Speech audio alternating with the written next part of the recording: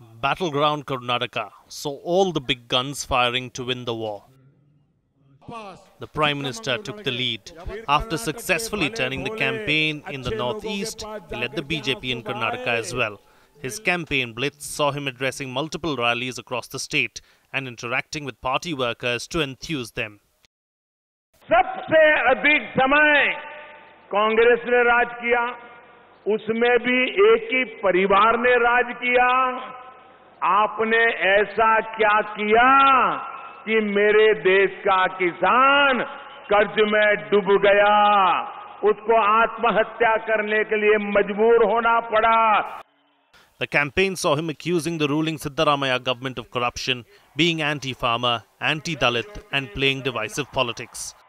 ये रुपया सरकार के ही एक मंत्री पर खनन घोटाले का आरोप लगा, इस वजह से उन्हें इस्तीफा भी देना पड़ा। खनन घोटाले के कई आरोपियों को जिन्हें जेल तक जाना पड़ा था, और उन्हें इस बार ये रुपया सरकार टिकट भी बांट रही है। BJP star campaigner Amit Shah and his team shifted base to Bengaluru from New Delhi, a month ahead of the polls. From addressing rallies to leading roadshows and wooing various communities, the party's chief strategist is going all out to win the battle. एक और Bharatiya Janata party है जो नरेंद्र मोदी जी के नेतृत्व में सबका साथ, सबका विकास के नारे के साथ आगे बढ़ रही है, और दूसरी ओर कांग्रेस पार्टी है जो समाज के बीच में झगड़ा लगाकर अंग्रेजों की नीति फूट डालो और राज करो की दिशा में आगे बढ़ रही है। The run-up to the Karnataka polls also saw Congress President Rahul Gandhi spearhead the Congress campaign with fresh energy, seemingly unfazed by recent losses in the northeast. He held back no punches in targeting the BJP government for failing to fulfill their promises in the last 4 years. आपने हिंदुस्तान से कहा था कि हर गरीब व्यक्ति को आप 15 लाख रुपए दोगे, आपने 1 रुपया तक नहीं दिया। आपने युवाओं को वायदा किया था कि हर साल आप 2 करोड़ युवाओं को रोजगार दोगे, आपने 1 युवा को रोजगार नहीं दिया। नरेंद्र मोदी जी ने ना रोजगार दिया, ना किसानों की मदद की, ना दलितों आदिवासियों की मदद की। For the first time since August 2016, UPA chairperson Sonia Gandhi hit the campaign trail, addressing a rally in Bijapur. Sonia Gandhi accused the Modi government of discriminating against Congress-ruled Karnataka and questioned his slogan of Sabka Saath, Sabka Vikas.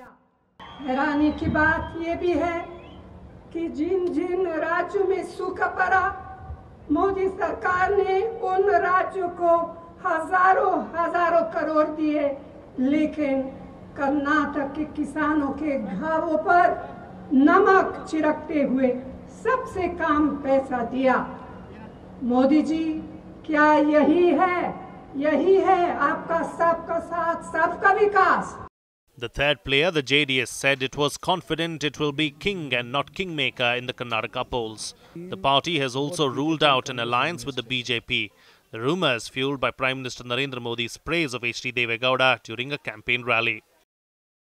The battle for Karnataka is also being fought on social media. All parties have strong social media teams to lead their online campaigns and public outreach. BJP's social media campaign has been an aggressive one ahead of the polls, while Congress campaign has seen some structural changes in the online strategies.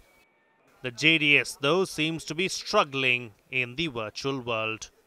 से हमारा posters जो हो, videos जो create करते हैं, हम text message जो create करते हैं, उसको 16 लाख लोगों को डायरेक्टली हम डायरेक्ट एक्सेस से मैसेज कर सकते हैं। All of our party workers are in the WhatsApp groups, and we ensure that any communication that happens right from Delhi to Bangalore, it reaches every one of our party workers.